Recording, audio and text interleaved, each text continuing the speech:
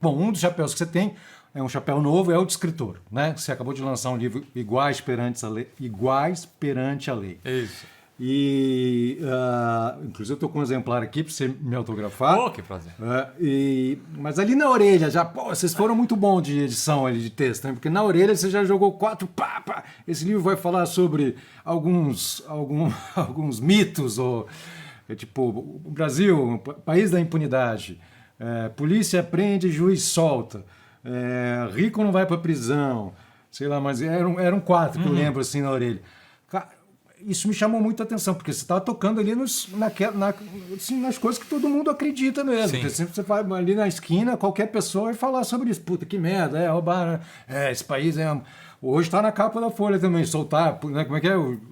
Prescrever o crime, né? Acho que como é que, afinal de contas, nós não somos o país da impunidade? O Brasil não é o país da impunidade. Não mesmo. Sabe onde surgiu esse livro? Esse livro surgiu de uma palestra que eu dou há muitos anos, que chama Desmistificando Folclores da Justiça Criminal.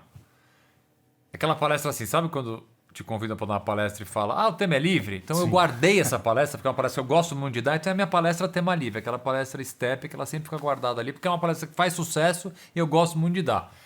E a partir dessa palestra, que basicamente é isso, eu pego esses mantras, esses folclores que a gente fala toda hora sobre o sistema de justiça e tento desmistificar. Nem todos são mentirosos, mas alguns, por exemplo, eles partem de uma premissa completamente equivocada, tipo o Brasil é o país da impunidade, tá? Que é o primeiro que eu desmistifico. Então vamos lá.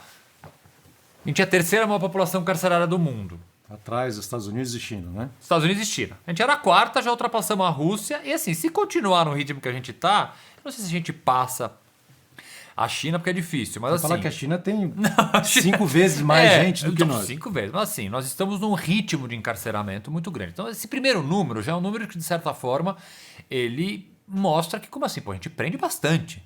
Mas a maioria lá nem foi julgada ainda, né? 34%, 35%. 34%? Em alguns estados, 50%. Na Bahia, por exemplo, entre as mulheres, 50% das mulheres presas são presas provisórias, ou seja, sem julgamento, ou seja, presumivelmente inocentes, porque a Constituição, enquanto não mudar a Constituição, ainda diz que condenados e culpados é só depois do trânsito e julgado de uma sentença condenatória. Ou seja, você tem uma pessoa ali que ela pode ser inocente. Metade da população carcerária feminina na Bahia não foi condenado ainda.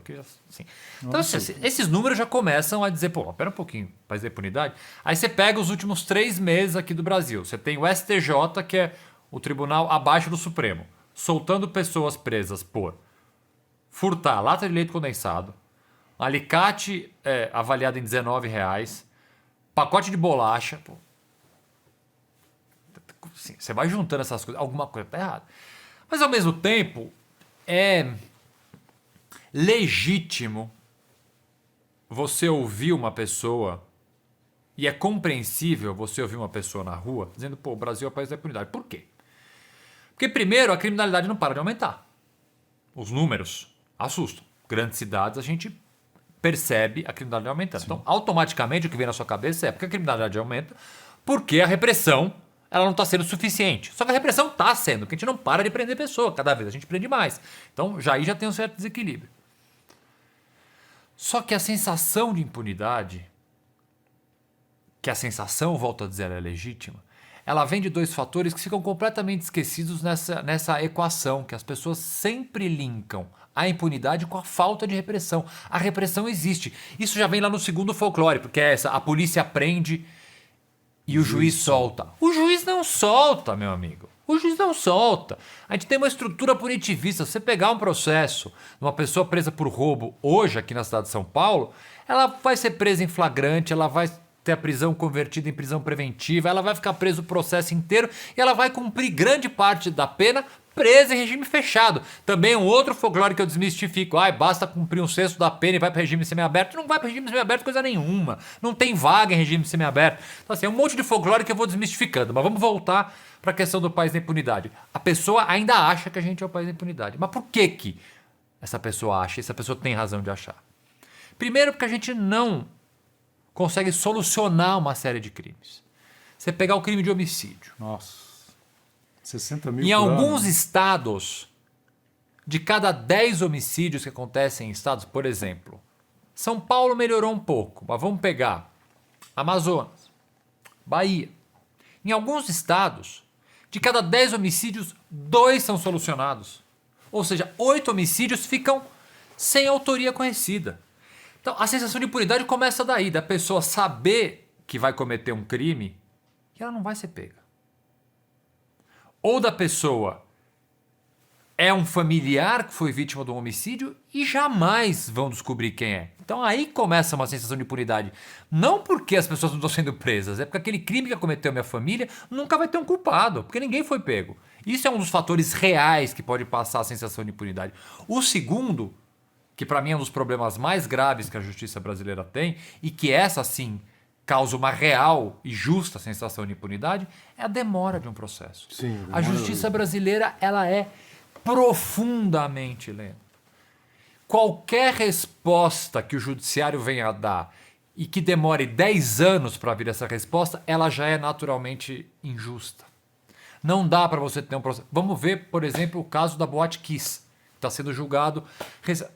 Não dá para ter um caso. Há quantos anos não houve essa tragédia? Não dá para demorar tanto tempo para julgar qualquer caso. Então, Rui Barbosa, você vê, a gente acha isso é coisa de hoje em dia. Não, você pegar em 1920, Rui Barbosa fez um discurso em homenagem aos formandos da Universidade de São Paulo aqui, e esse discurso foi conhecido como Oração aos Moços. E ele já falava no começo desse discurso assim, uma justiça tardia, uma justiça injusta.